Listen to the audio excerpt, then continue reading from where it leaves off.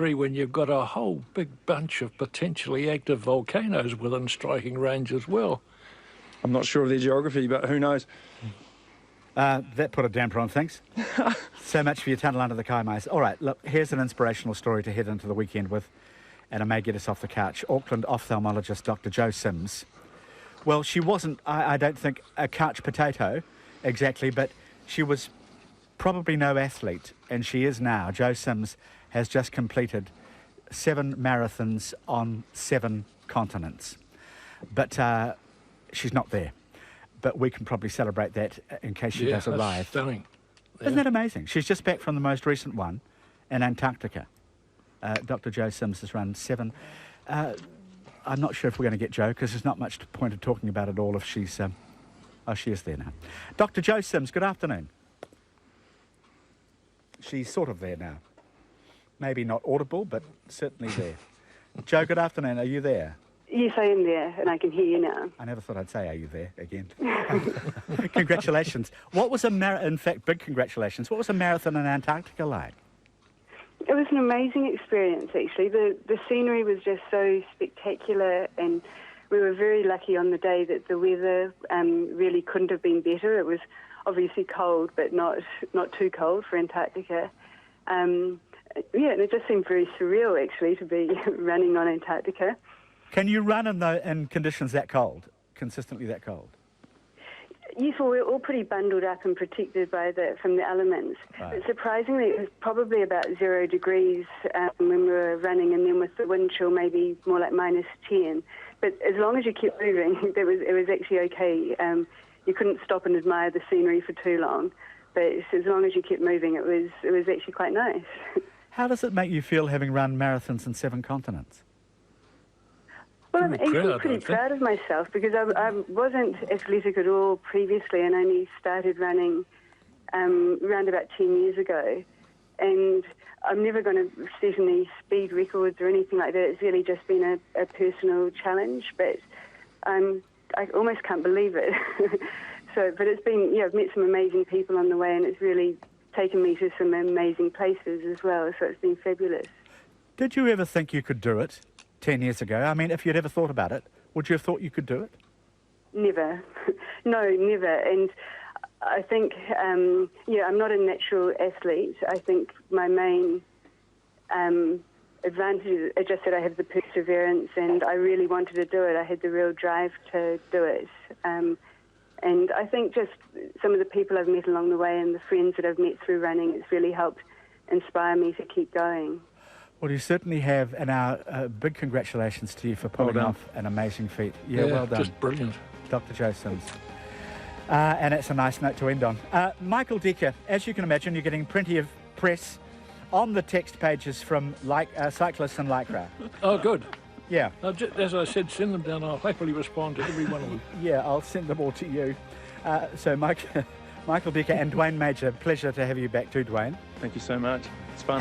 Have a lovely weekend, everybody. We are back Monday, and Checkpoints with John Campbell is coming right up.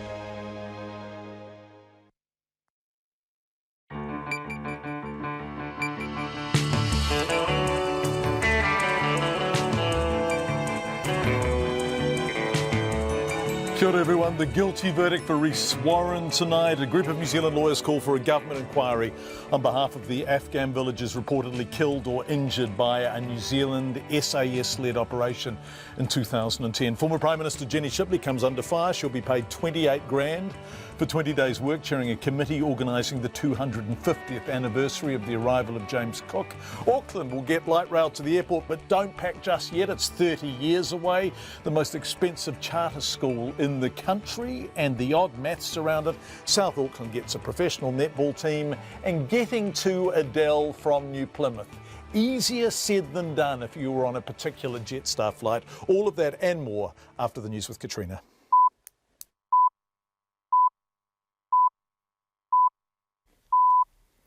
RNZ News at 5. Kia ora, good afternoon. Ko Katrina Batanaho.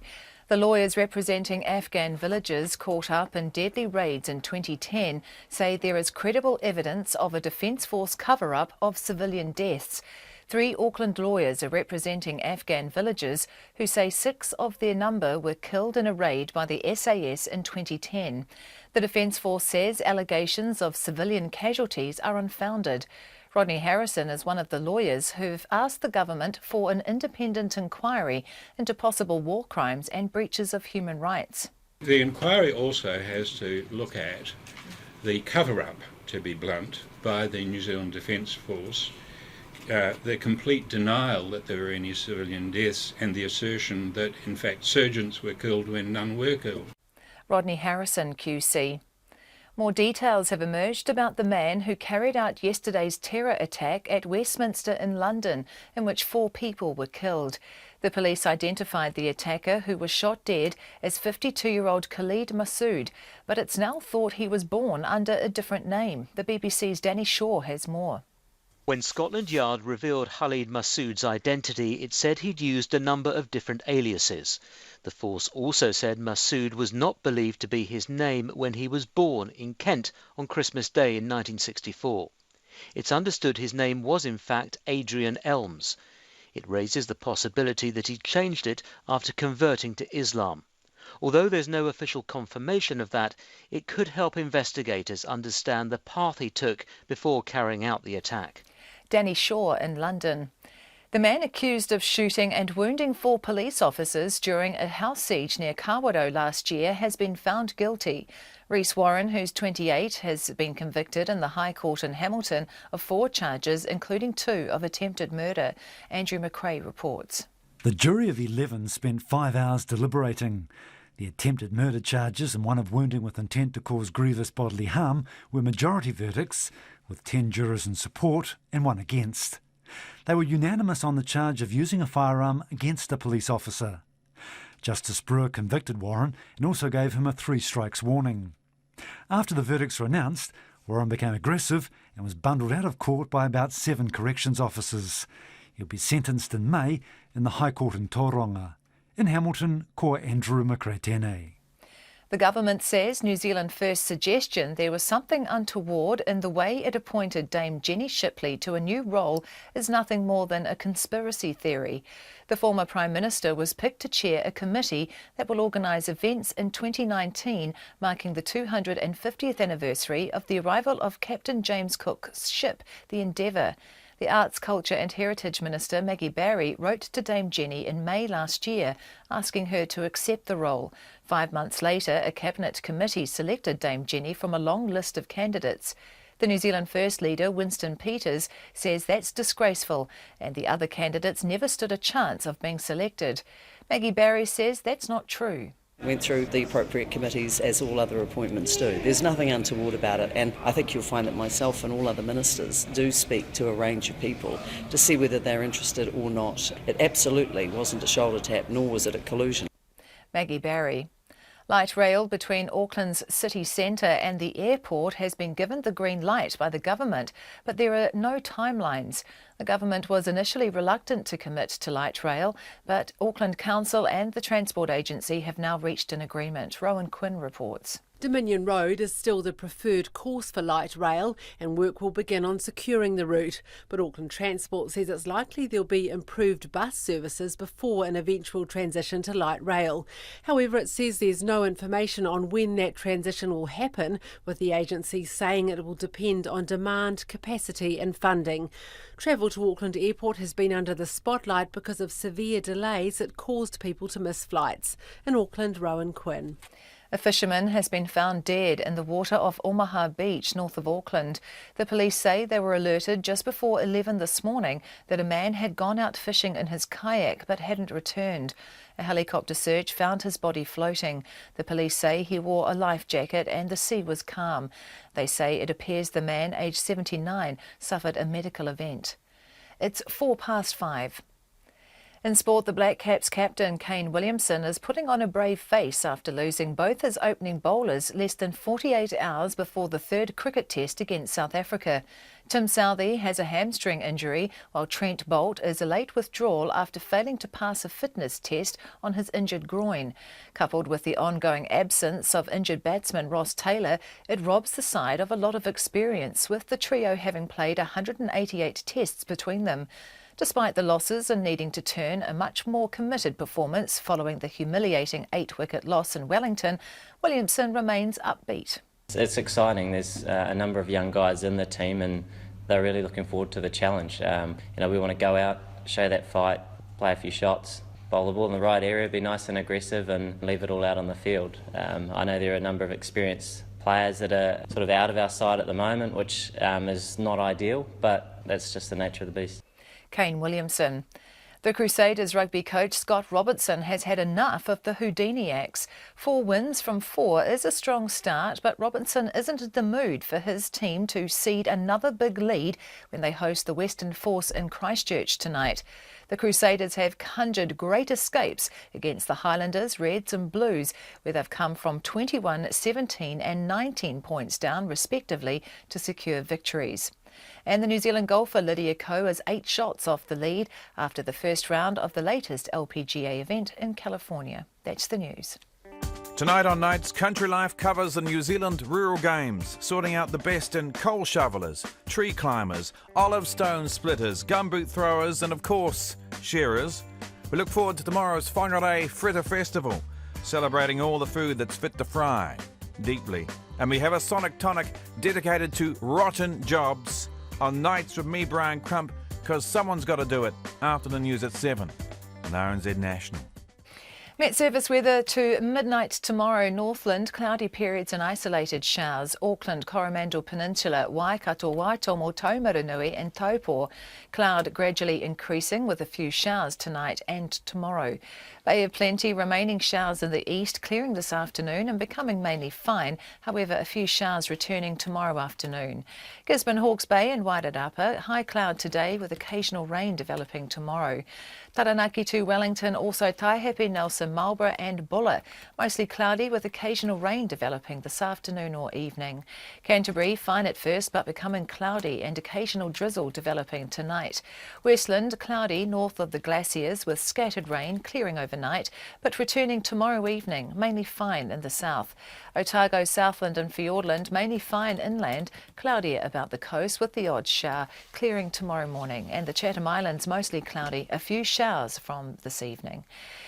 It is 5:08 and you're listening to Checkpoint. Thanks, Katrina. Coming up on the programme, the legal action about the SAS in Afghanistan, free trade and more of it, and the latest from London. But we do begin with the man accused of shooting and wounding 4 police officers during that house siege near Kawerau last year, and the guilty verdict Katrina's just told you about. 28-year-old Rhys Warren was convicted in the High Court in Hamilton this afternoon on 2 charges of attempted murder, one of using a firearm against police and one of wounding with intent to cause grievous bodily harm. 3 of the 4 charges were majority verdicts and the 4th was unanimous. Our Waikato reporter Andrew McRae was in court. After being convicted and given a 3 strikes warning by the judge, Warren tried to say something but became aggressive and was quickly bundled out of court by at least 7 corrections officers. Under the Native Circuits Court Act 1858. Treason.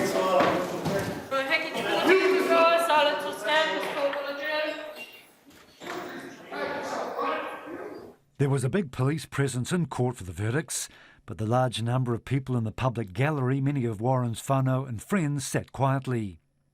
The jury of 11 started their deliberations yesterday afternoon. After an hour and a half, they retired for the evening and returned this morning.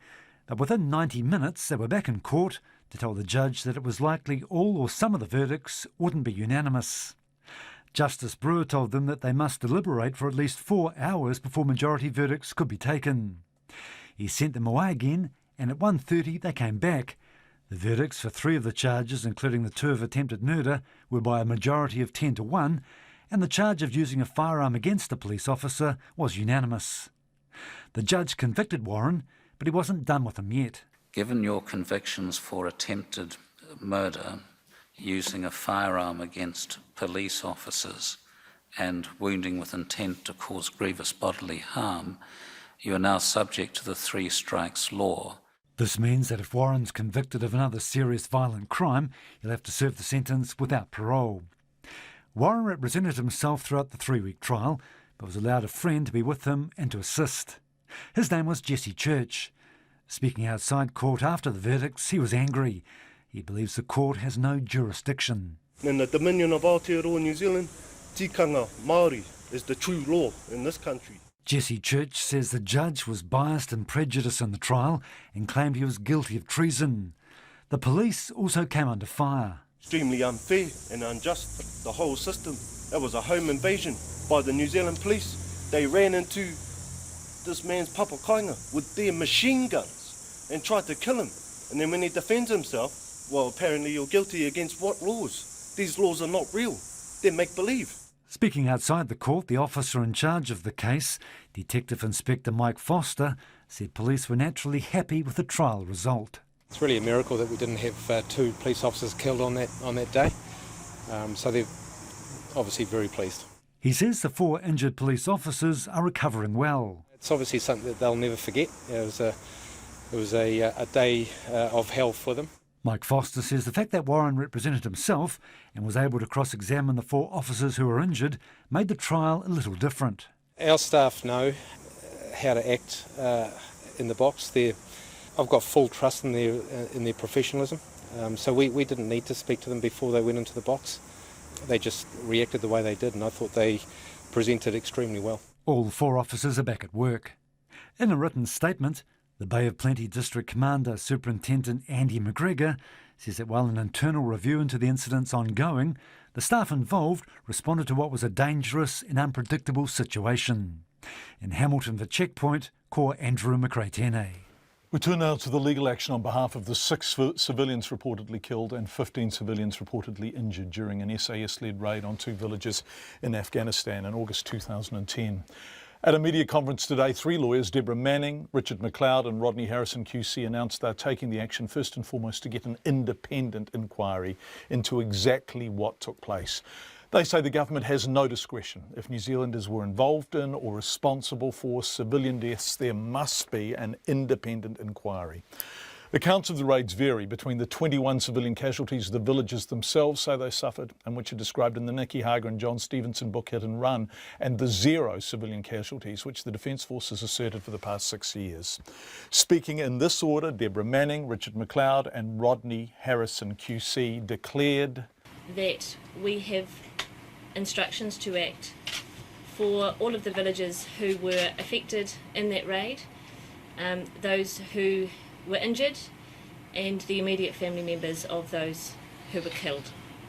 Yes, I can confirm that this morning, on behalf of our clients, the men, women and children of these 2 villages in Afghanistan, we have written to both the Attorney General and to the Prime Minister, informing them that, in our view, the material that has been released to date establishes credible allegations that during the course of their attack on these villages in 2010, the New Zealand Defence Forces breached fundamental principles of both New Zealand law and international law, including war crimes and violations of the right to life.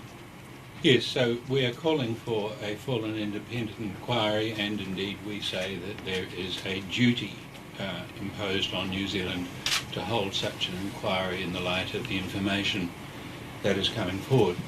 To those like the Prime Minister who are saying that they have seen nothing new, we say that that is not the case, and that in particular the interviews with the villagers we now represent in the Hit and Run book and other material which is coming forward quite plainly represent something new. The villagers were never interviewed or even approached for any of the so-called investigations that have occurred thus far. Their side has not been heard. It can and should now be heard. Is this a civil case? So did the villagers approach you, and if so, how? How's all this happened? Yes, so the villagers have been wanting help about what's happened because, of course, this has had a huge impact upon them to this day. Many are disabled and, of course, heavily traumatised, particularly the parents of little Fatima, the 3-year-old girl. And so they asked one of the authors, John Stevenson, if he could help them find someone in New Zealand, and John approached me and asked if I would be interested, and I said that I would, and here we are today. Does this mean that you prima facie accept the book's version of events, that there were 6 civilian deaths, as opposed to the New Zealand Defence Force version of events, which explicitly stated there were no civilian deaths? Yes, well, we have instructions from the immediate family members of those deceased. So this is an explicit declaration that we have been misled by the New Zealand Defence Force? There's both the book, from our perspective, there's both the book and the instructions we have from the villagers, and we're relying on those. But already the outright denials of the Defence Force have been disproved over the last couple of days anyway, so it's not as if any credence should be given to those now. So the inquiry also has to look at the cover-up, to be blunt, by the New Zealand Defence Force, the complete denial that there were any civilian deaths, and the assertion that in fact sergeants were killed when none were killed. It's an inquiry that needs to be held not merely for the sake of our clients and the general public, but to clarify why we say we've been misled by the Defence Force down to this point.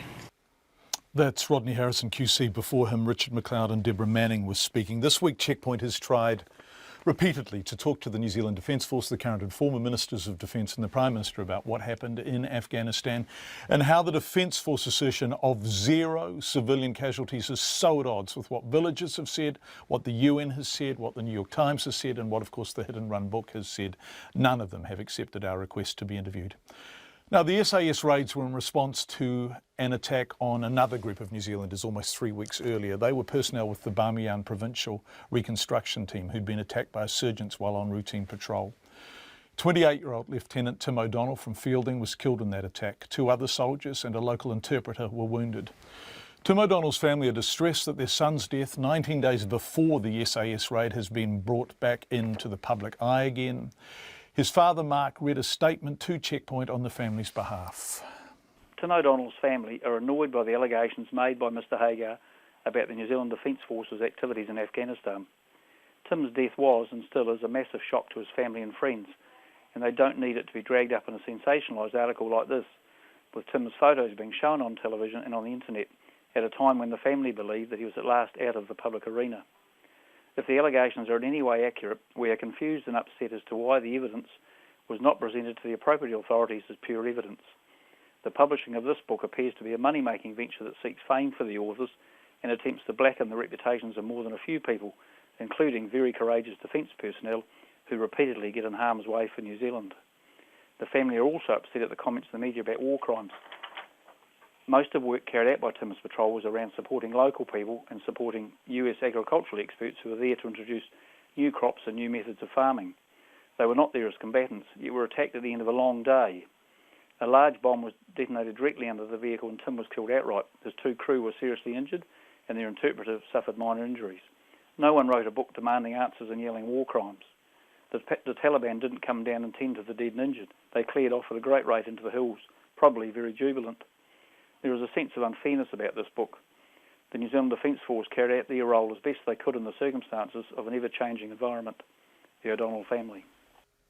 That's Mark O'Donnell, the father of Timothy O'Donnell, killed almost 3 weeks before those SAS raids. It's 19 minutes past 5. You're with Checkpoint on RNZ. Thank you for being with us. Let's go to London now. The area around the Houses of Parliament and Westminster Bridge remain cordoned off as police and forensic officers work to search for clues and evidence following yesterday's terror attack. A lot has happened in the past 24 hours. The number of people killed now stands at 4 after a 75-year-old man succumbed to his injuries in hospital. The police have named 52-year-old British-born Khalid Masood as the man who ploughed his car into pedestrians on Westminster Bridge and then stabbed a police officer to death before he himself was shot dead. Islamic State has claimed responsibility, but it's not known whether Masood was in direct contact with the group. Raids have been carried out at a number of addresses in London and the Midlands, and 8 people are now in custody as a result. The BBC's Lucy Manning has this report on the events following the attack. With a car and a knife, he brought terror to Parliament. He is Khalid Masood, a British-born attacker known to the police with a 20-year criminal record, although not for terrorism. The 52-year-old responsible for the murder of a policeman, a mother on her way to collect her children, a tourist and a pensioner. Today, on their knees, police, slowly, meticulously searching for evidence on the same ground where one of their own lay just a day ago. As they searched outside Parliament, just metres away inside, the Prime Minister spoke. What I can confirm is that the man was British born and that some years ago he was once investigated by MI5 in relation to concerns about violent extremism. He was a peripheral figure. The case is historic. He was not part of the current intelligence picture. There was no prior intelligence of his intent or of the plot. Intensive investigations continue. So what more is known about Khalid Masood? He was born in Kent and was most recently living in the West Midlands. He had a range of previous convictions, including GBH, possession of offensive weapons and public order offences. His last conviction was in 2003 for possession of a knife. He was also known by a number of aliases, and Khalid Masood isn't believed to be the name he was born with. So they're determined to find out everything they can about the man who murdered PC Keith Palmer in the shadow of Big Ben and ran over those just walking on Westminster Bridge. Not just routine police work, this time it's personal. It is still our belief, which continues to be borne out by our investigation, that this attacker acted alone and was inspired by international terrorism. To be explicit, at this stage, we have no specific information about further threats to the public. The police's attention on Birmingham. Overnight in the Ladywood area, heavily armed officers searched a flat. Neighbours said it was like a scene from a film. Like a war, yeah, like a war down the streets. Like, there's something you see only in movies, and I saw it behind my windows on the street. It was very frightening. It was like, you know, what the hell is happening here? Another flat in the Winson Green area of the city was raided. Neighbours said they thought Masood lived there recently. It's now known the car he had turned into a weapon was a rental car he had hired in Birmingham at the Spring Hill branch of Enterprise Cars. There's been intense police activity all day here in Birmingham. With the attacker dead, the focus is on his friends and family, whether they knew about his motivations, his intentions, whether he had any help with the attack on Parliament. Police have made arrests in a number of different locations. 3 properties were searched in Birmingham and 7 people arrested. 1 woman was arrested in East London. There have also been searches in Carmarthenshire, Brighton and South East London. The 8 have been arrested on the suspicion of preparation of terrorist acts. At a house in Luton where it's believed Masood lived a few years ago, neighbours described him as a house-proud family man. As far as I'm aware, he had 2 children at the time he was here that appeared to be primary school children. He had a people carrier and he was loading his children into a people carrier with child seats. But today, so-called Islamic State described him very differently. Without providing evidence, it said he was one of their soldiers. The police are now tracking Masood's movements, the man who got into a car and drove terror into the heart of Westminster.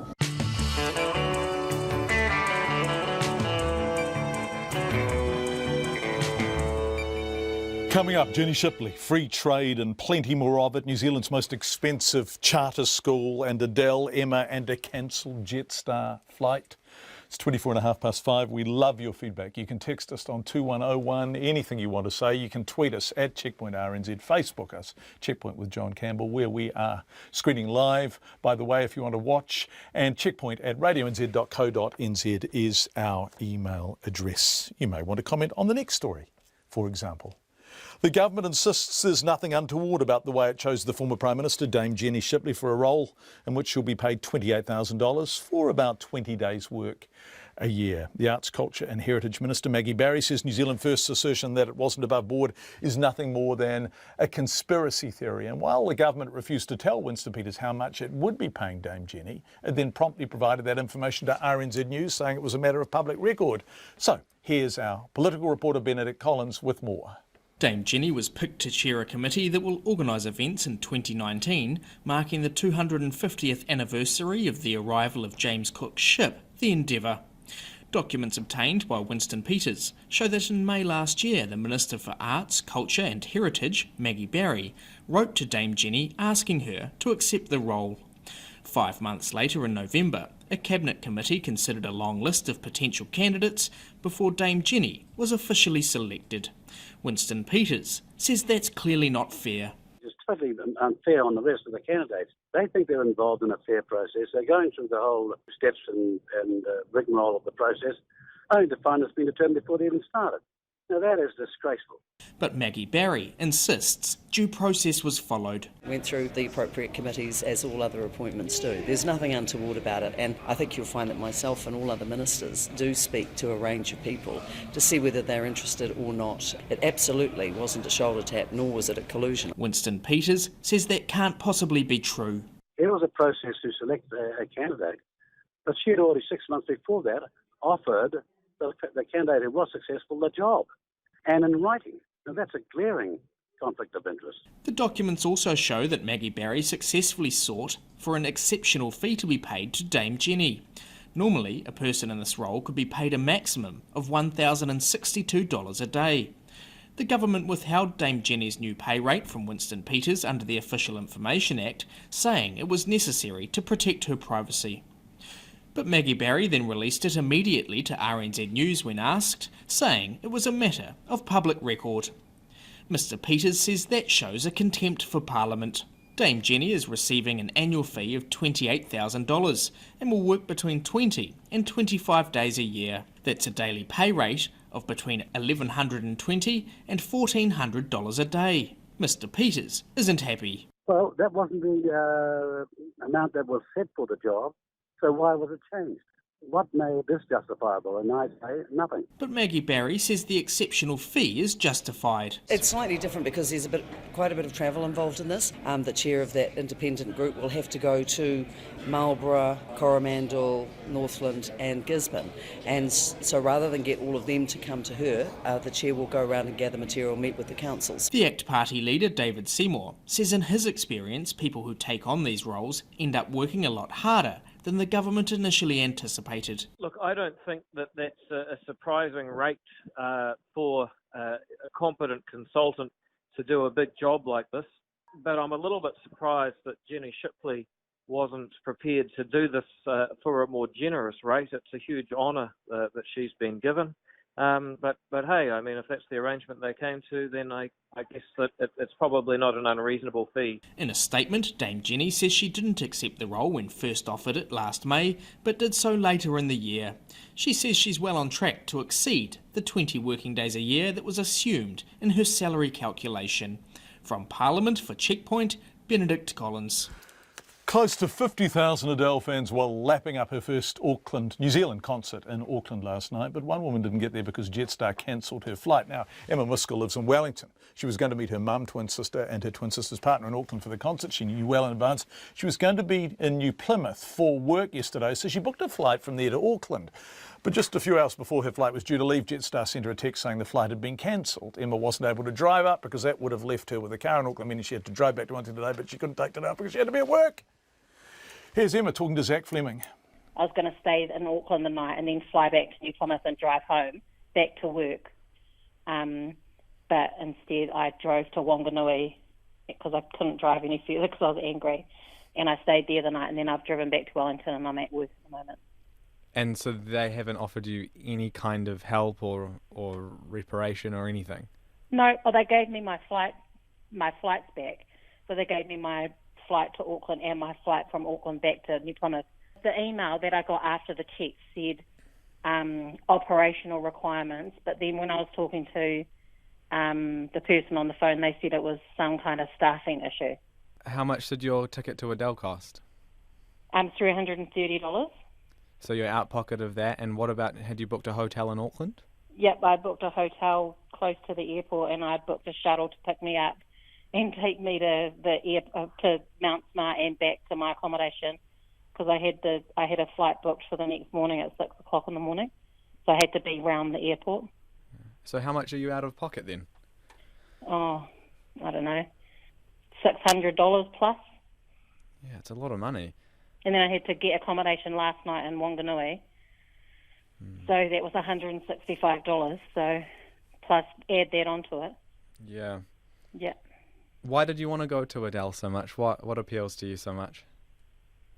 I just like her. I just love her music. I like her funniness. I walked down the aisle to one of her songs, and yeah, I really just wanted to see her live. And I mean, it's been a rough couple of years for me, and that was something that I was really looking forward to. If you don't mind me prying, I'm sorry, but what do you mean by a rough couple of years? Well, back in 2012, I found out that I had Hodgkin's lymphoma, stage 4, and I went into remission after 6 months of chemo, only for it to come back in 2014.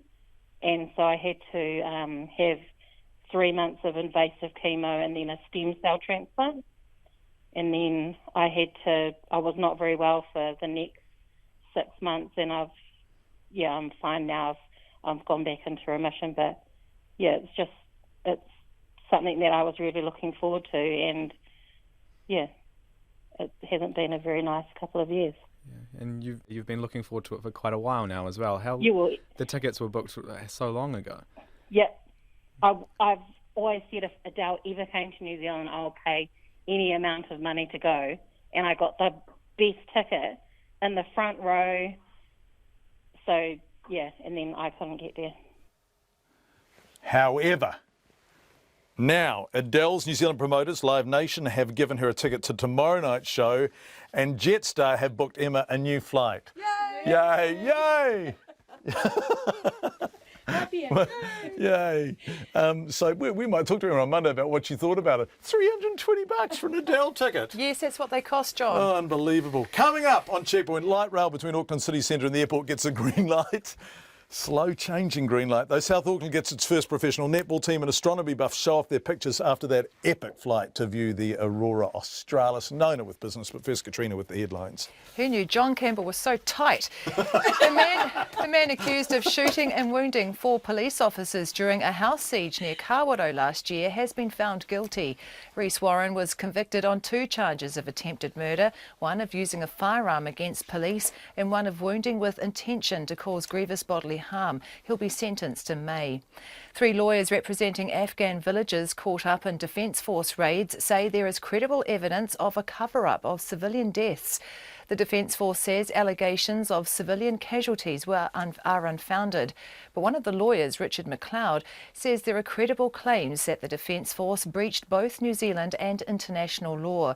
His team says the government has an obligation to hold an inquiry. British police have identified Khalid Masood as the man who carried out the terror attack in London yesterday. Masood, who was shot dead by police, was 52 and was born as Adrian Elms in Kent. He had not been the subject of any current police investigations. The Islamic State militant group has said it was behind the attack.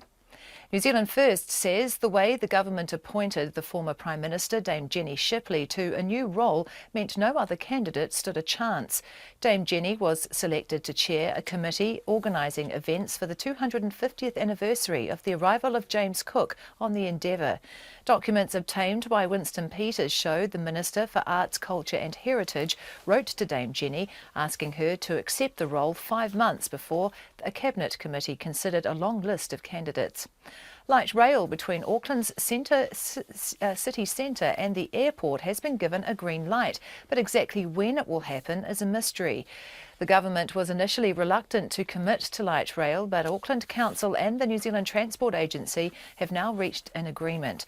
The Transport Agency says there'll be staged integration from bus to light rail. In the meantime, bus services will be improved. Those are the headlines. I'll be back at 6. Thanks very much indeed, Katrina. Nona Peltier, Business news? We've got Team Talk and Spark and Vodafone. So Spark's bid to take over the telecommunications company Team Talk might have been scuttled by Vodafone? Yeah, pretty much. Well, actually, it might have been, I think it was ill-fated from the get-go, it seems, because it really isn't a big company. We're talking about $23 million for Spark. Can I just lower the tone here? There is no love lost between Spark and Vodafone at present. Not at all. Woo! No, not at all. They really dislike each other, and don't in they? between there is that Team Talk, which is a small company. It offers, very basic services. It's like, well, the offer that Spark made, which 80 cents a share, valued the company at $23 million. Today, the shares are trading at 86 cents. Yesterday, they came out with a valuation which valued the company way over what Spark was offering. Spark called that absurd and said that the one really thorn in the side of Team Talk was this company called Farmside. Now, Farmside is a company that the valuer, Grant Samuel, said Team Talk had paid too much for to begin with. And even then said that it was, valued between $9.6 and $12 million. And this is just like yesterday. Today, Vodafone bought the thing for what values it at $13 million, paying $10 million up front for 70% of Farmside, and with an option to pay $3 million more for the rest. So, okay, so that's above the valuation. Now Spark is like, come on, this doesn't even make any sense. They described it as the problem child of Team Talk that Vodafone paid. So it looks like, Vodafone's just, I guess, what, $13 million, is that what in their petty cash drawer? I'm not sure, but yeah, basically, I don't know where this leaves Spark. They're not talking, but we're looking at a share price that's 86 cents versus 80 cents, which is the takeover offer, which was a premium to the trading price at the time it made the offer. Spark's CEO is Mr. Muta, right? Yeah, Simon, yeah. Simon Muta. Have you read his Twitter feed and his comments about the Vodafone Sky merger and what he's going to do with the Sky account? No, I haven't. Oh, John, you might. Oh, well, I'm sure it's not. I must catch up on that, John. Very good. Thank you. Okay. What happened on the markets? Well, anyways, the top 50 index closed up a touch, just 11 points there to 7,074.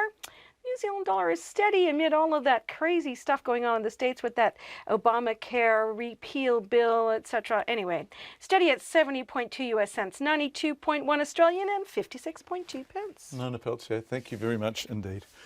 We're not sure what you're doing at present, but if you're enjoying a nice Friday night drink, the government wants to know if you'd like some free trade with that. OK, maybe they're not trying quite that hard, but they have launched a major new trade strategy that talks deals, of course, and more access with fewer barriers, but also a more concerted attempt to engage with the public over the benefits of free trade. The aim is to have the bulk of the country's exports covered by free trade deals by 2030. Our political editor, Jane Patterson, was at the launch of the strategy in Auckland. The government wants 90% of exports covered by trade deals within the next 13 years, a big leap from the 53% currently covered by such deals. The Prime Minister Bill English believes putting new money and more horsepower behind the trade push will create momentum. He says the government thinks the 90% target is realistic, especially given the signals from the original Trans-Pacific Partnership members. Those countries are keen to push on with free trade, so you can see a plausible list of agreements you'd need to achieve it. It includes the US, so that's why it's a bit of a longer term target. So how realistic is that, given your comments about a possible bilateral trade, let alone a multilateral trade deal with the US? Well, it's clearly not feasible in the short term, but we think in the long term the benefits of such trade agreements will be evident for the US, and we'll be able to negotiate with them. Labour's trade spokesperson David Parker questions whether that target is achievable. Well, I wouldn't put much faith in it. I mean, their last target in 2008 was to lift exports as a proportion of the economy from 30% to 40% of the economy. Since then, they've gone back to 27% of the economy. And I think this is just a ruse to take off the public attention from the fact that they're not meeting their export target. The Trade Minister Todd McClay says the government is more willing to engage more widely over free trade, and the establishment of a ministerial advisory group to ensure the public is, quote, better informed on trade issues is not an admission it failed to win public support for the TPP. I think we did win the TPP public argument in the end, because since the US has signalled they're pulling out of it, we've had business and industry and different groups around the country asking us to go and fight to make sure there is some form of a deal on the table that gives us better access across the Asia Pacific.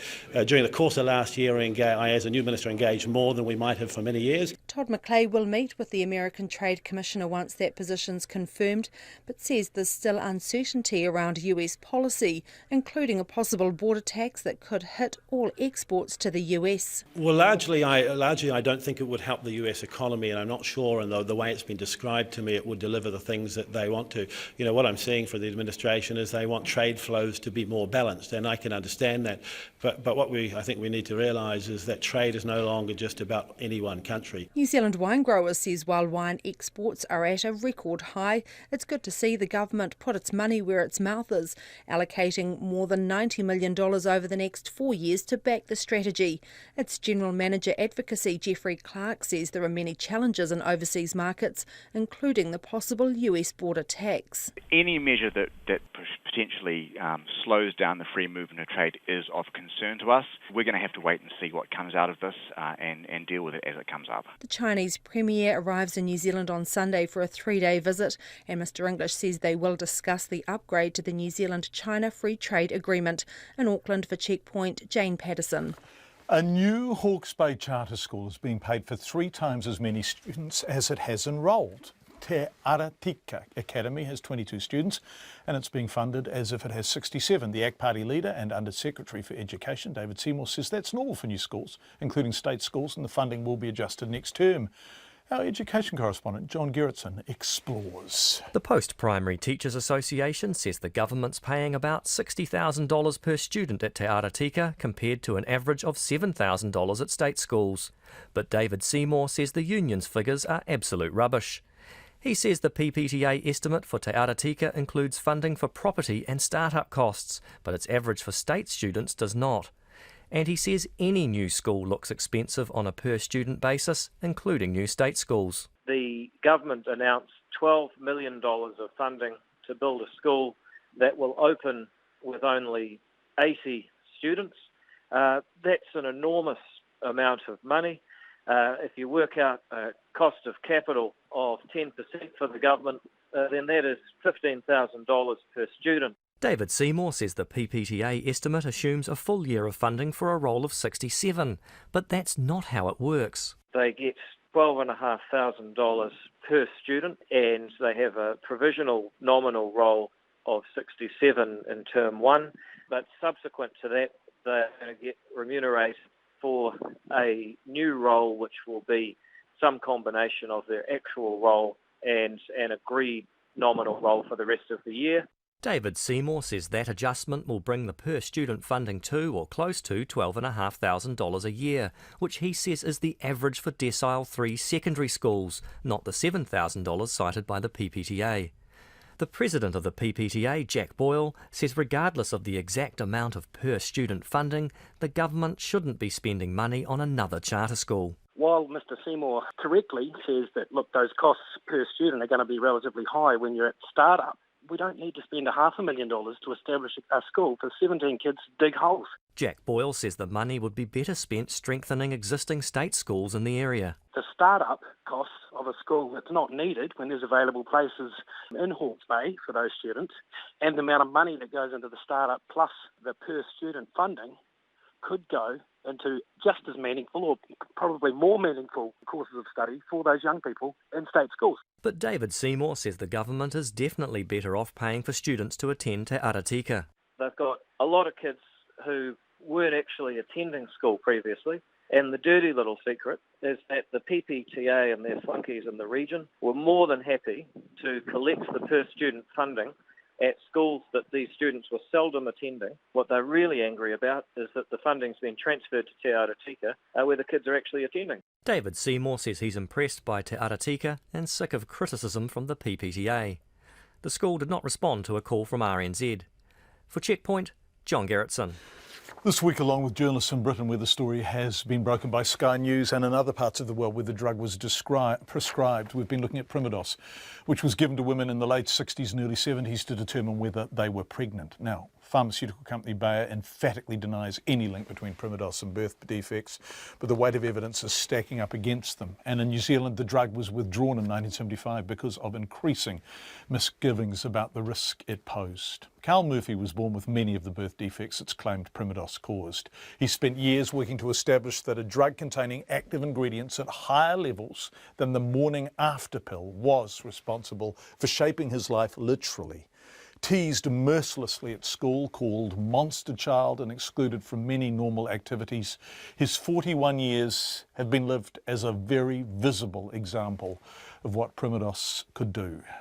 My visible bit is the top of my mouth, where my lip is, just under your nose. When I was born, that was missing. My fingers are, if you look at your fingers of a normal person, on my left hand, they're down to my knuckles. On my right hand, doctors, medical professions call it a lobster hand because it looks like a lobster claw. My feet, my left foot has no toes at all and is only half a foot. My right toe is also, my right foot, has got my fourth toe missing.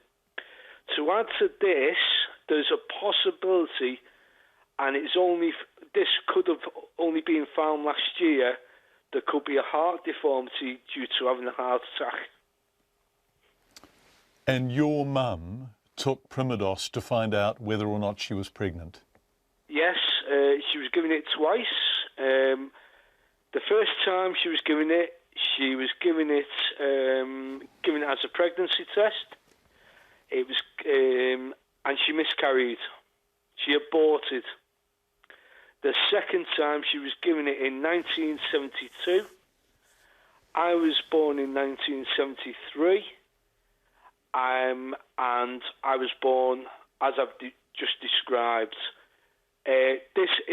We have the proof of this, as we have my mother's medical notes to prove this. My brother was born in 1980. No tablets of Primodos was given, and he's able-bodied. And so you have spent much of your life trying to put the jigsaw puzzle together. And how persuaded are you now that Primodos is responsible for what you call your abnormalities? I got a computer in 2007, started investigating the chemicals, the drug. A lot of it was coming up like about deformities, abortion, and this just went on. And it was only, when my mum said there was stuff in her loft and I went up, I couldn't believe what I had found. I had found internal documents of the drug company. I tell you now, I am 110% this drug has done the damage. No doubt. And with the new evidence that Sky News have also found in all these archives in Berlin and also in London, and all the other victims who have found it as well, all the other people who found it, Mary Lyons and all the other victims who've been on the research for this, I'm convinced, and I will take it to my death, that this drug has done the damage. What do you want now, Carl? Given what you have been through, what do you want from Bayer, the drug company, from the health authorities who somehow inexplicably allowed a drug about which there was considerable doubt and considerable misgivings to keep being prescribed to women, pregnant women? What do you want? I think basically an apology, and that basically I think they need to admit that they've got this seriously wrong. I mean, the proof is here to show they have seriously neglected the care of a lot of victims, all these victims. And also, the the trouble I've got, obviously, through my own life and what I've had to put up with, job-wise, my career. Obviously now I don't work, I can't work. I think, obviously, there needs to be some sort of compensation scheme, either by the drug company or by the government. But there needs to be answers to put all these families, basically, all these families are blaming themselves. These people need a closure. They really do need a closure. I want a closure on this now. The extraordinary thing is, Sky are literally, explicitly saying Primodos is responsible for the sorts of what you call abnormalities that you and so many people have suffered. And normally drug companies would sue and attempt to silence them, but Bayer have almost disappeared without trace. What have they said to you? Bayer actually met me in 2009. I have an email where they met me in a hotel in Staffordshire in 2009 in the UK. When I met them,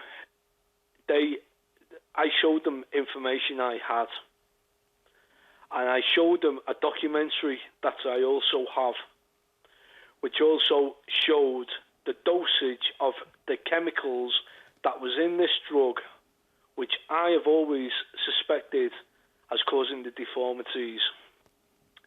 At the end of the meeting, and we're talking, this was like a 4 to 5 hour meeting in the hotel, they said, would I accept a goodwill gesture? What that gesture was, they never told me. But when I turned around and said, this is going to be for everybody who's been damaged by this drug, the meeting was stopped and closed.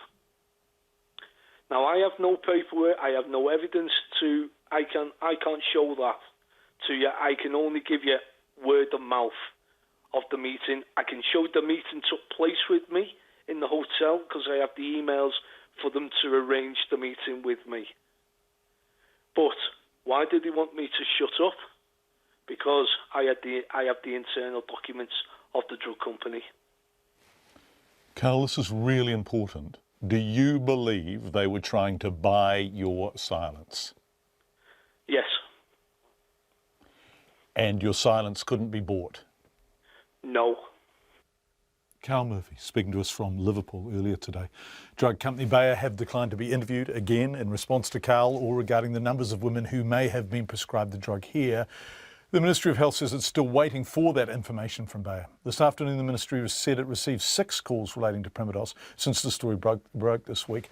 MedSafe has been directly contacted by somewhere less than 10 women who may have been prescribed the drug here between 1966 and 1975. We spoke to one of those women earlier in the week on Checkpoint.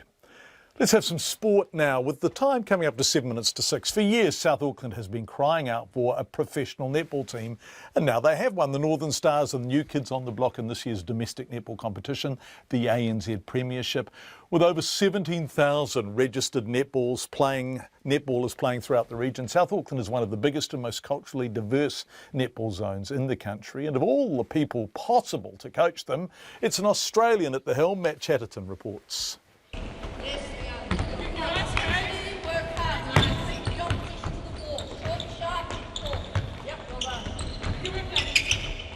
Northern Stars coach Julie Hornweg is regarded as one of the world's best netball coaches.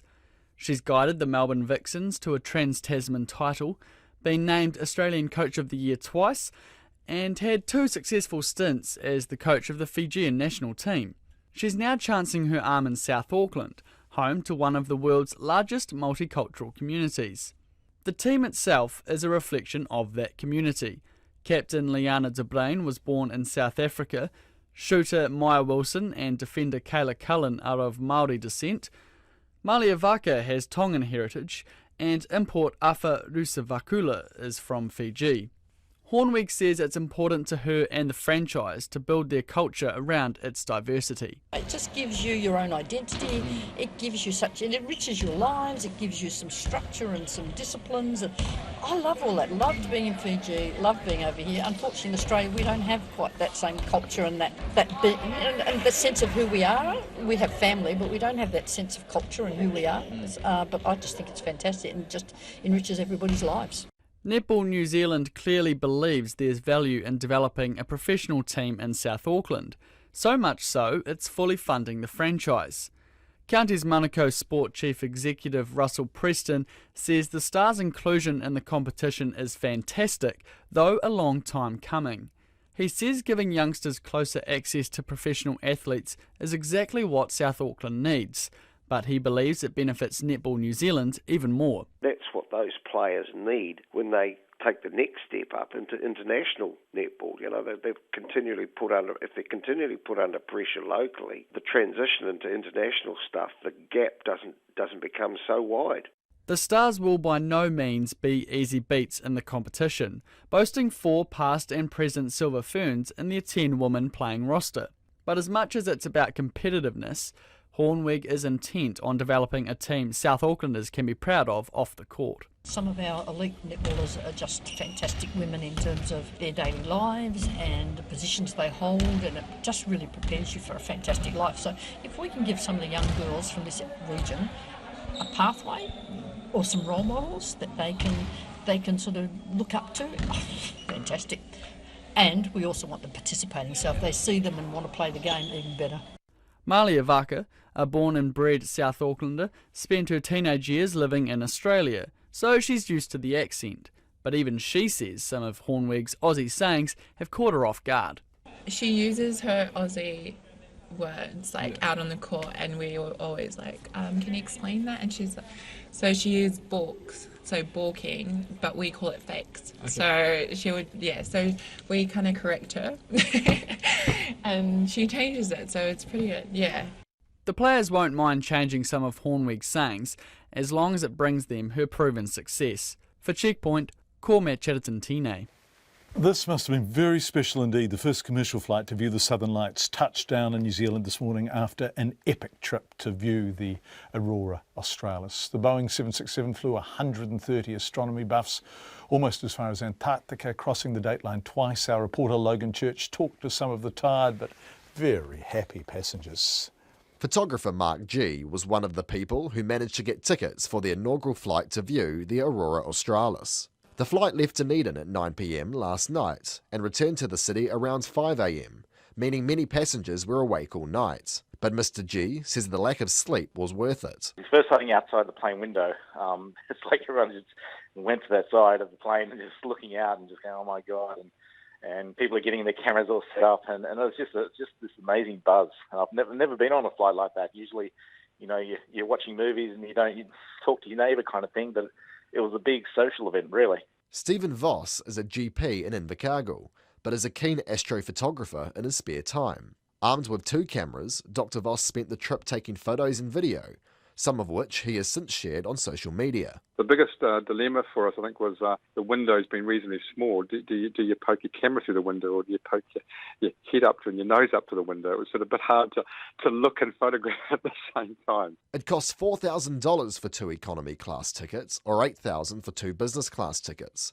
But Dr. Voss says it was money well spent. I've been viewing and photographing the Aurora for a long time, but the difference when you're trying to spot the Aurora from southern New Zealand is that the display is always just that little bit further away than you'd really like. You're often viewing it from a distance. The Aurora is somewhere over the Southern Ocean and not quite sort of easily reachable. Up close is quite a unique experience. It's quite a thrill. Otago Museum Director Ian Griffin organised the flight after being invited on a private flight to view the Aurora Australis last year. Dr. Griffin says all of the hard work paid off. Boarding it with 130 very excited people, it was like, it felt like a really kind of souped-up adventure. If you'd have told me 6 months ago I could fly from Dunedin 2/3 of the way to the South Pole and back again and see auroras in one night, I'd have said, no, it's not going to happen. So it was a fantastic night for me. Dr. Griffin said another trip to see the lights was already being planned for next year, and a photographer, Mark G, says he would jump at the opportunity to do it again.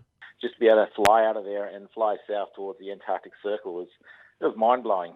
It's not something you get to do every single day. So I really do hope that they do flights like this in the future. People travelled as far as Spain to be on the flight, and Dr. Griffin said there was enough interest worldwide for 2 or 3 flights a year. For Checkpoint, call Logan Church, Chennai. It's 30 seconds before 6. Hi, John. There's no difference in the terror of death whether you were innocent on a London bridge or in an Afghan village. I expect our fine army to stand in integrity and say, yes, we did it, we own our mistake. What can we do to apologise to these beautiful villages? It's very simple. I expect our government to stand in humility too. Thanks, says Marion, but someone else says, couldn't agree more with the O'Donnell family. Do these authors have no shame? They are not only happy to drag the reputations of a dead soldier into the muck, they're happy to use poor defenceless Afghanis. RNZ News at 6. Ngā mihi nui, good evening, ko Katrina Batanaho. The police say they're naturally very happy with guilty verdicts given to a man who shot and wounded 4 officers in a house siege near Kawerau last year. Rhys Warren was today found guilty in the High Court in Hamilton on 4 charges, including 2 of attempted murder for firing as armed police entered his house. The officer in charge of the case, Detective Inspector Mike Foster, says the 4 officers are very pleased with the trial result. They're doing well. You know, it's obviously something that they'll never forget. It was a day of hell for them, and as I said, you know, it's just a miracle that 2 weren't killed. Detective Inspector Mike Foster. The police say that while an internal review into the incident is underway, the staff involved responded to what was a dangerous and unpredictable situation. One of the lawyers acting for Afghan villages affected by deadly raids in 2010 says they're touched by the concern shown by New Zealanders. Deborah Manning and 2 other lawyers are acting for people in the village where it's alleged SAS soldiers killed 6 civilians, including a 3-year-old girl. The Defence Force denies involvement in the deaths. Ms Manning has been talking to the villagers and says their lives were greatly affected by the raid, which has left some of them disabled. She says they're heartened by the public scrutiny here. They are also very concerned to see some of the comments that are coming out in order to justify the attacks, and they are clear that they are a simple, poor village and that they have lost their dearest people for no reason. Deborah Manning. The area around Britain's Houses of Parliament and Westminster Bridge remains cordoned off as police and forensic officers search for evidence following yesterday's terror attack in London. The number of people killed by the attacker now stands at 4 after a 75-year-old man who was critically injured died in hospital. The ABC's Lisa Miller reports. Police said the 75-year-old man was taken off life support this evening in London. At least 6 people are still listed as critical. The attacker has been named as Khalid Masood, a 52-year-old who is reportedly a teacher. He was born in Kent in southern England and had been investigated 5 years ago for possible extremism, but was no longer on any intelligence watch lists. Up to 1,000 people gathered in Trafalgar Square for a vigil where city leaders urge people to keep a calm resolve against terrorism. Lisa Miller. A book of condolences for the victims of the London terrorist attack is to be opened next week. The British High Commission says the book will be open at the Australian High Commission in Wellington next Monday. It says it's an opportunity for New Zealanders to express sympathy for the victims of the attack. British High Commission staff are working from the Australian building following the recent earthquakes. Child, Youth and Family is sending extra social workers to its Masterton office to resolve a staffing crisis that's caused delays at the Family Court. This follows the Family Court judges calling for the Ministry for Social Development to intervene. The Central Regional Manager of the new Ministry for Vulnerable Children, Grant Bennett, met with the Family Court Judge Anthony Walsh on Wednesday. I provided reassurance to Judge Walsh that actually we were bringing people in across the country to work on the priority cases, the majority of which were cases that were in the family court. These were cases that didn't have a level of scrutiny that we would have liked. That's why we felt it was important to bring people in. Grant Bennett says he expects it to take 3 months to recruit social workers to bring Masterton back up to 12 staff. But a local lawyer, Jess Hunt, says the co-opted workers are frustrated by being unable to take cases to the next level, so delays remain. Light rail between Auckland's city centre and the airport has been given a green light by the government, but exactly when it will happen is a mystery. The government was initially reluctant to commit to light rail, but Auckland Council and the Transport Agency now have reached an agreement. The agency says there'll be a staged integration from bus to light rail. However, it doesn't have a timetable for the changes and says that'll depend on demand, capacity and funding. In the meantime, bus services will be improved.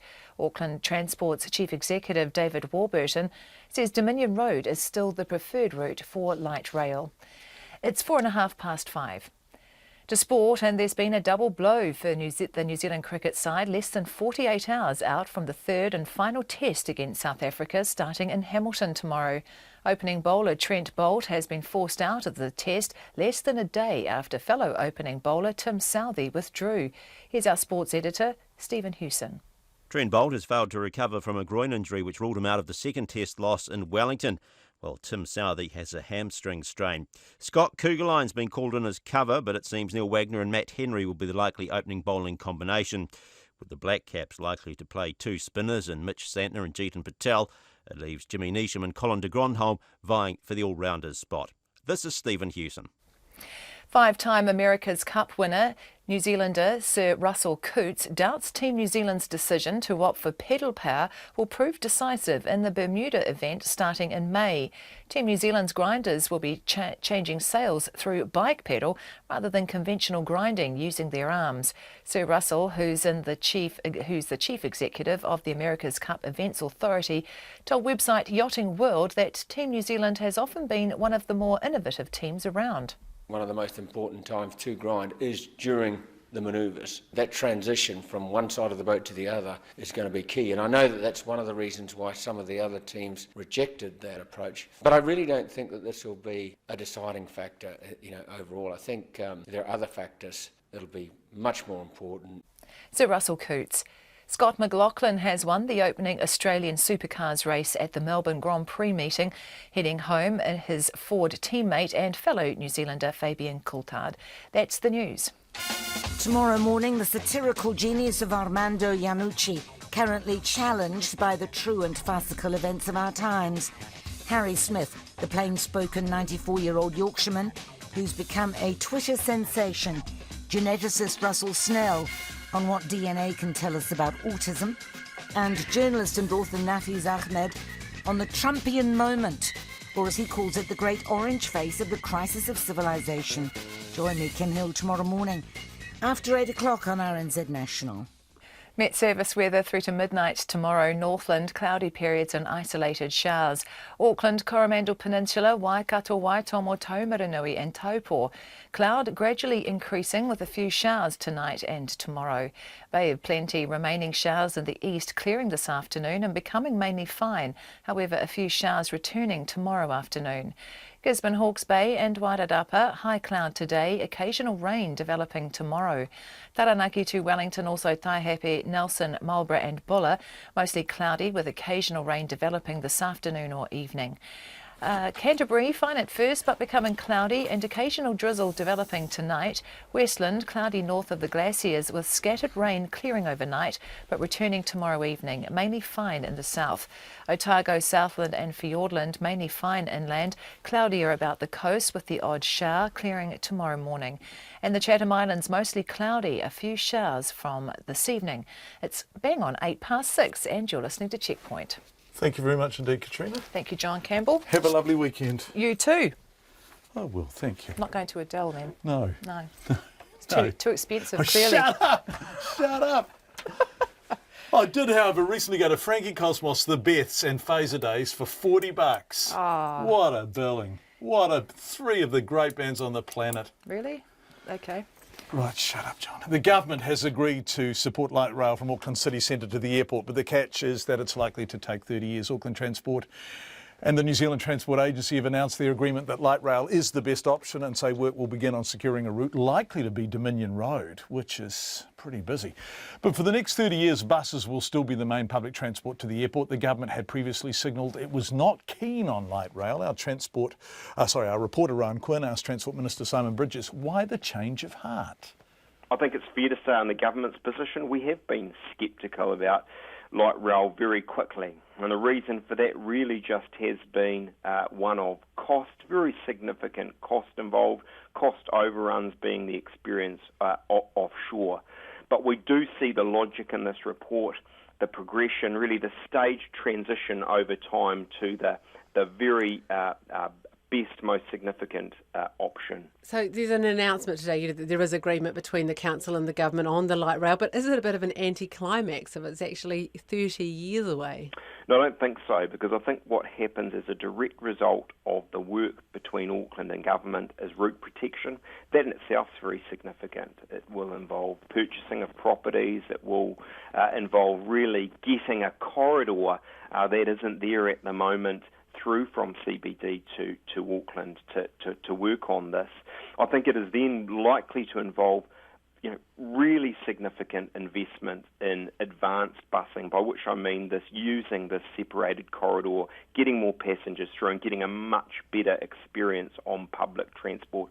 Over time, the report's saying we'll move from that to light rail. So all in all, for people who know that public transport's an important part of the transport jigsaw in Auckland, it's a very significant day today. Although I guess a cynical person could say that this is an election year promise for something that is many, many years away, and, who knows what will be happening in 30 years' time. I'm certainly not that cynical. Simon Bridges talking to Rowan Quinn. Meanwhile, the opening of the country's largest roading tunnel project has been delayed by several months due to faulty sprinklers. The $1.4 billion Waterview Connection motorway project was set to be completed next month. Laura Tupou reports. The tunnel between Point Chevalier and Mount Roskill is a key piece of the Western Ring Route, a 48-kilometre road connecting the southwestern and northwestern motorways. The Transport Agency says next month's expected opening has now been pushed out to 2 or 3 months' time. Its Auckland Highway Manager, Brett Glidden, says equipment issues are responsible for the delay. We've had some valves that were sticking, which we've had to go back and fix. We had a control system issue with the vent fans, which meant that we have to do a bit of a software change. And also we've got quite a complex system to commission the tunnel operating system with the operating system that we use to run the wider motorway network. Brett Glidden says there are a couple of hundred valves that are part of the tunnel's sprinkler system, but not all of them were affected. And Mr Glidden says the cost of the delay won't be significant. There's obviously a bit of time involved to fix it, but a software change isn't expensive. And with regards to the valves, it was actually only a small part, and it's not likely to be a huge cost. Those costs are covered in contingencies within the project budget, so we're not seeing a massive cost to the project. Brett Glidden says tests are still being done, and he can't rule out other faults arising in the meantime, causing further delays. Mō te hotaka o te ahiahi, ko Laura Tupou aho. 12 minutes past 6. A senior lawyer says there's credible evidence that the Defence Force covered up civilian deaths at the hands of the country's elite soldiers. Lawyers Rodney Harrison QC, Deborah Manning and Richard McLeod today called for an independent inquiry into New Zealand's SAS troop involvement in a 2010 raid in Afghanistan. Our reporter Edward Gay filed this report. The Defence Force says allegations of civilian deaths are unfounded, but that's been contradicted by a new book by investigative journalists John Stevenson and Nikki Hager. Their book, Hit and Run, accuses the SAS of leading the attack, which killed 6 civilians and left 15 injured. Lawyer Deborah Manning says she's spoken to people from the villages at the centre of the raids. The villagers have been wanting help about what's happened because, of course, this has had a huge impact upon them to this day. Many are disabled and, of course, heavily traumatised, particularly the parents of little Fatima, the 3-year-old girl. Fatima is said to be one of the victims. Miss Manning's colleague Rodney Harrison QC said New Zealand has a legal obligation to launch the inquiry. The inquiry also has to look at the cover-up, to be blunt, by the New Zealand Defence Force, the complete denial that there were any civilian deaths, and the assertion that in fact surgeons were killed when none were killed. In 2011, the New Zealand Defence Force said the attacks were investigated by a joint Afghan Ministry of Defence, Ministry of Interior and International Security Assistance Force assessment team that concluded there were no civilian deaths. They stand by that claim. But Mr Harrison said that position was no longer credible. From our perspective, there's both the book and the instructions we have from the villagers, and we're relying on those. But already the outright denials of the Defence Force have been disproved over the last couple of days anyway, so it's not as if any credence should be given to those. He said the military's investigation had a fundamental flaw. The villagers were never interviewed or even approached for any of the so-called investigations that have occurred thus far. Their side has not been heard. It can and should now be heard. Mr Harrison said the New Zealand public's been misled by the Defence Force and the inquiry needs to find out why. Otago University law professor Andrew Geddes says if the government declines to launch the inquiry, the next step could be to head to the International Criminal Court. And there's precedent for that. There's been cases brought in the United Kingdom under the European Convention of Human Rights for actions that British soldiers took in Iraq, where it was alleged that the soldiers had been complicit in torture and so on, and the British court said, yes, those are cases that we can hear and we can take action. Professor Geddes said if mistakes were made, then it's important New Zealand learns the lessons. We do trust our soldiers with a lot of freedom overseas, and we allow the SAS to operate in the shadows to some extent because we trust them to do the right thing. If it turns out they're not telling us the truth about what they're doing, that raises all sorts of questions about whether that trust is justified. So it is very important for the SAS as an organisation to have this cleared up, because otherwise this is going to be a stain on their name for the rest of their history. He said the New Zealand public deserved to know what happened and should have been told 7 years ago when the raids happened. We can't allow the Defence Forces to go on saying there's nothing to see here, nothing went wrong, no one died, when there's the amount of evidence that's now on the table that points in the opposite direction. You know, what sort of country are we if we just shrug our shoulders and go, oh, well, you know, goodness knows what happened here. You know, this was done in our name. We have to care. The Prime Minister, Bill English, says he'll be meeting with the Defence Minister, Jerry Brownlee, and the Chief of the Defence Force on Sunday to discuss the claims. RNZ requested an interview with the Defence Force, but they declined. Mo te hōtaka o te ahi ahi ko Edward Gayahau. We head to the UK now, where 8 people are in custody as the investigations continue into yesterday's terror attack in London. The police have named 52-year-old British-born Khalid Masood as the man who ploughed his car into pedestrians on Westminster Bridge, then stabbed a police officer to death before being shot to death himself. A pensioner, a mother and a tourist were also killed, and more than 40 other people injured, some of them critically. Bridget Burke has the latest. British police raided 3 houses in Birmingham, arresting 7 people following yesterday's terror attack in Westminster. ISIS has claimed responsibility for the attack, which saw British-born terrorist Khalid Masood zigzag across the Westminster Bridge in his rental car yesterday, mowing down pedestrians along the way. Masood was then shot and killed by police after stabbing police officer Keith Palmer to death in the parliamentary grounds. British Prime Minister Theresa May told Parliament Masood had a 20-year criminal record and had once been investigated by the MI5 for violent extremism. To the men and women who propagate this hate and evil, you will not defeat us. Mr. Speaker, let this be the message from this House and this nation today. Our values will prevail.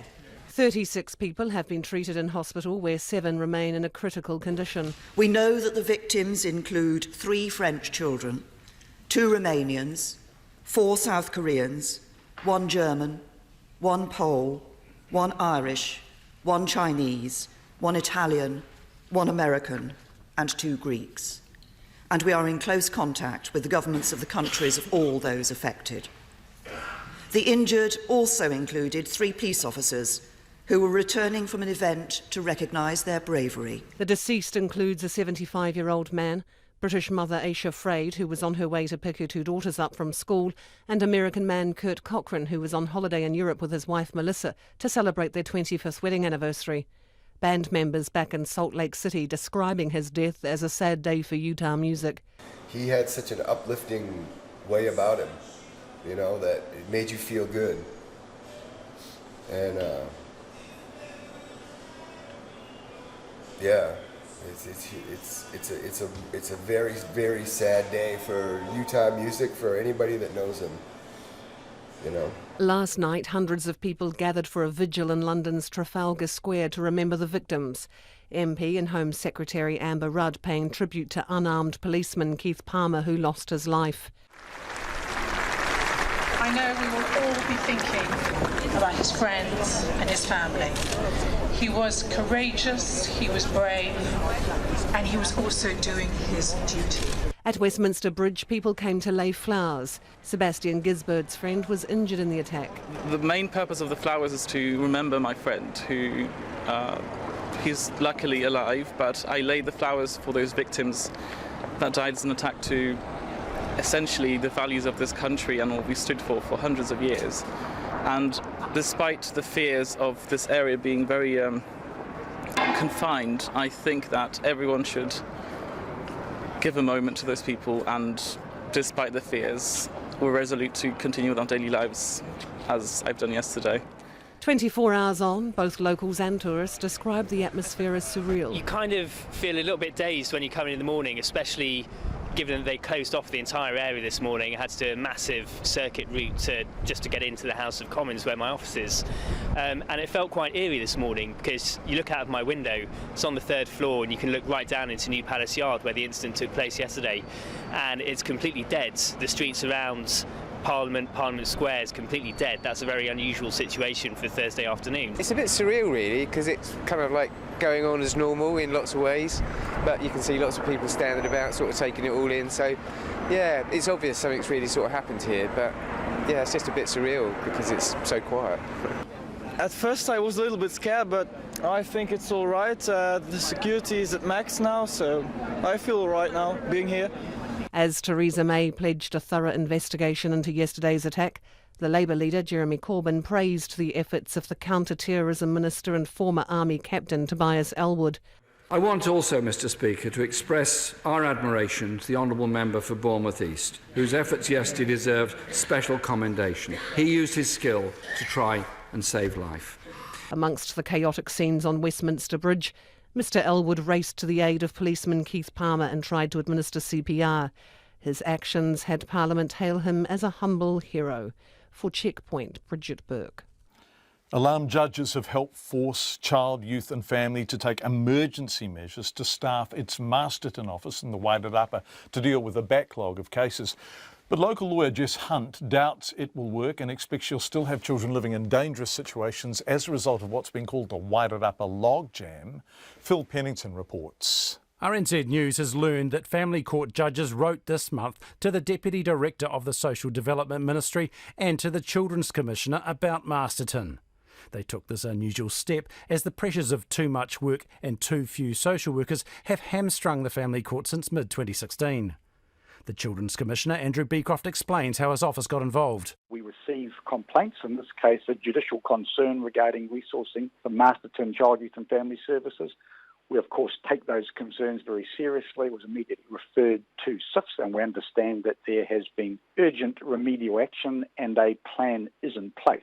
Judge Beecroft says there's no time to waste. We need to see it fast and promptly. The rights and the position of children can't be affected by lack of human resources, and we would be expecting things to change quickly. Very quickly. 4 extra social workers were sent to Masterton 3 or 4 weeks ago from elsewhere as a stopgap measure, while SIF tries to recruit 4 permanent staff. But that's proving tough, says Grant Bennett, the Central Regional Manager of Te Auranga Tamariki, the Ministry for Vulnerable Children, which SIF morphs into next week. There were cases that did have delays between people leaving and people being recruited. And it's been more difficult to recruit than what we thought. We're wanting the right people to come into Oranga Tamariki. Grant Bennett aims to finish recruiting staff in 3 months. Meanwhile, stopgap social workers will keep filling in, though they face picking up cases cold. The records are quite good, and the second tier of leadership within the site has been consistent. So there is often a knowledge held within the site around particular cases, so that can mitigate. But Masterton family lawyer Jess Hunt says she has 10 files that are not being addressed, and she emails Grant Bennett and others daily about 3 or 4 of them without getting a reply. In her most delayed case, a girl has been waiting for a care plan since July and is still with her mother, even though SIF nominally has custody of the child. The social workers that have been coming in to help while they're doing some basic investigations, they don't seem to be able to be taking cases to the next stage because everything appears to be having to go through the supervisors that are currently there, and they seem to be so overworked. Jess Hunt counts just 3 social workers and 2 supervisors in addition to the 4 ring-ins, and 2 new recruits who haven't been inducted so can't take cases and who will need lots of supervision. She has little confidence with these numbers that SIF can fix this. For Checkpoint, Phil Pennington. The owner of the tour bus company which was involved in a fatal crash on the road to Milford Sound says it appears the rental car had crossed the centre line on the narrow road. 2 people died in the car when it and a tour bus crashed on the Te Ano Milford highway on Tuesday afternoon. Stephen Cook, the owner of the tour bus company Explorer Tour Lines, held a media conference today in Christchurch, and our reporter Rachel Graham was there. The crash left the car so badly damaged that it took the police 2 days to confirm how many people were inside the car. Stephen Cook says he was horrified to hear 2 people had died in the accident, and he's trying to make sense of the tragedy. He says the cause still isn't clear, and Explorer Tour Lines is fully cooperating with the police investigations. I believe that at the time of impact, the car had crossed the centre line. And I don't know why. That is all I can say. Mr Cook says the 16 Korean tourists who were on board suffered only minor injuries, with the most serious being a fractured ankle, but all were badly shaken. They have now returned to Korea. He says the driver and the tour guide were also very traumatised by the accident. The driver is on special leave until it's considered appropriate for him to return. The Te Ano Milford Highway is the only road to Milford Sound, and in peak season thousands of people make the trip each day. Tourist operators say the high number of tourist drivers, distracting scenery and alpine conditions make the road challenging. Mr Cook says for years there has been discussion about what to do to improve the highway, and he believes something does need to be done to improve its safety. All I can say is it doesn't seem to be getting any better, and I think in time there will be changes, I imagine, because it's well known that it's a risky place to be. Mr Cook says he also wants to thank the emergency services and members of the public who helped at the scene. He says he intends to get in touch with the families of the people who died at a later date. In Christchurch for Checkpoint, Core Rachel Graham, 10A. 26 minutes past 6. We're going to end tonight with clear evidence that we are indeed all coming together, because last November's earthquake at Kaikoura narrowed the gap between the North and South Islands. New research from GNS Science shows the earthquake pushed parts of the South Island 6 metres closer to the north and raised Waipapa Bay up by 8 metres. Scientists say the findings are staggering. Edward O'Driscoll reports. Belinda Girl lives at Waipapa Bay, about 30 kilometres north of Kaikoura. She says the big quake last November changed the landscape dramatically. It is horrible. It is ugly. It's white. It's smelly. There's all these rock pools that are just slimy green pools of the most hideous mosquitoes you've ever seen. And she says it's not just the seabed that was damaged. Just around the corner from us, there's a big fault, and the road lifted up in 2 places, 8 metres or 5 metres and stuff like that. It's an incredible thing. It's terrifying as it was. It's unbelievable to be watching it and living through it, you know. Thomas Peter lives further north at Cape Campbell, where scientists say the earth moved 6 metres towards the North Island. He says the damage was instant. There wasn't sort of a bigger jolt than the other jolts. It was a fairly solid shake, but obviously it happened pretty much straight away. And I shot out to the beach that night, sort of 3-4 in the morning, and she was a bit of a shock to the eyes, seeing the uplift and things like that. A senior geology lecturer at the University of Otago, Dr. Virginia Toy, says this land movement is big, but not the biggest she's heard of. During the Tohoku-Oki earthquakes that happened off Japan to generate tsunamis in 2012, there was a 50-metre displacement of the seafloor at that time, and that was seen by our community as huge. But Dr. Toy says the amount of this movement is rare in New Zealand, and the findings did take her by surprise. It does seem quite large given the magnitude of the event to me. It's not an unreasonable ground displacement, but it does seem large for the size of the earthquake. The research paper's lead author, Ian Hamling, says the land movement was so large because almost 180 kilometres of fault lines ruptured. He says that's much more than in the Christchurch quake. If you look at back at Darfield in 2010, which in itself was a very impressive rupture, the sheer magnitude of the ground displacements and the size of the length of the fault rupture is pretty staggering. GNS Science is to publish another 9 papers about the 7.8 magnitude quake, which will make it one of the most recorded earthquakes in the world. For Checkpoint, Edward O'Driscoll. It's 29 minutes past 6. That brings Checkpoint to an end for tonight. There is some breaking news, I think. I've lost it in the thing. What's it in as? Pip? In breaking news. Police in Indonesia believe they found the body of a missing New Zealand man who died trying to save his girlfriend after she was swept into the water. This is sad news. It's believed Tempson Sameki had been trying to rescue his girlfriend, which was hit by a rogue wave on Monday morning. 2 fishermen retrieved the body and contacted police this morning. That just in from Indonesia. In fact, it's coming from AP, just arrived on the wires. So that's very sad news with which to end the week. On behalf of our excellent Checkpoint team, it's a great team that makes this program. Thank you for being with us. We hope you have a wonderful and safe weekend, and we will be back at 5 o'clock on Monday. RNZ News headlines at 6:30. The police say they're happy with guilty verdicts given to Rhys Warren, who shot at 4 officers in a siege near Primodos last year. The lawyers for Afghan villagers caught up in Defence Force raids say there is credible evidence civilian deaths were covered up. British intelligence officers considered the man responsible for yesterday's terror attack in London to be a criminal who posed little threat. And light rail between Auckland's city centre and the airport has been given the go-ahead. Our next news and weather is at 7. This week on Music 101, Annie Crummer, Bella Kololo, Esther Stevens and Aradna show RESP-ECT to Aretha Franklin. We talk to renowned composer Hans Zimmer. We cross live to the Pacifica Festival. And can anything stop Ed Sheeran and Drake dominating